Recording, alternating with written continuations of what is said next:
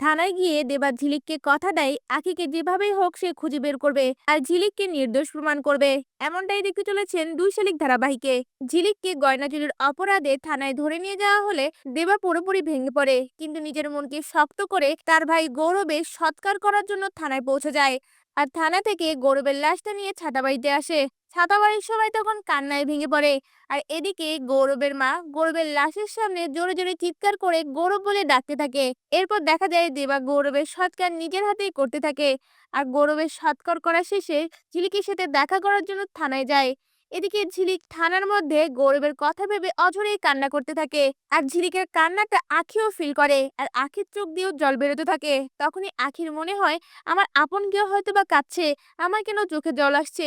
এই কথাগুলো ভেবে আখি চিন্তায় পড়ে যায়। এরপর দেখা যায় দেবা থানায় এসে ঝিলিককে বলে ওঠে, তুই কোনো চিন্তা করিস না, আমি যেভাবেই হোক তোকে নির্দোষ প্রমাণ করব।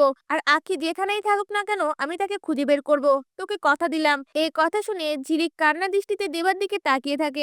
অন্যদিকে দেখা যায় জাদুঘর আখিকে কিছুদিনের জন্য গা ঢাকা দিতে বলে গৌরবকে গোডাউন থেকে বের করে।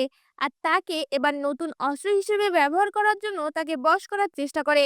তা ভিউয়ার্স, দেবা যদি জাদুকরের সকল চাল ভেস্তে দিয়ে গৌরব ও আখিকে উদ্ধার করে, আপনাদের দেখতে কেমন লাগবে? আপনাদের মতামত আমাদের কমেন্টে জানান। ধন্যবাদ।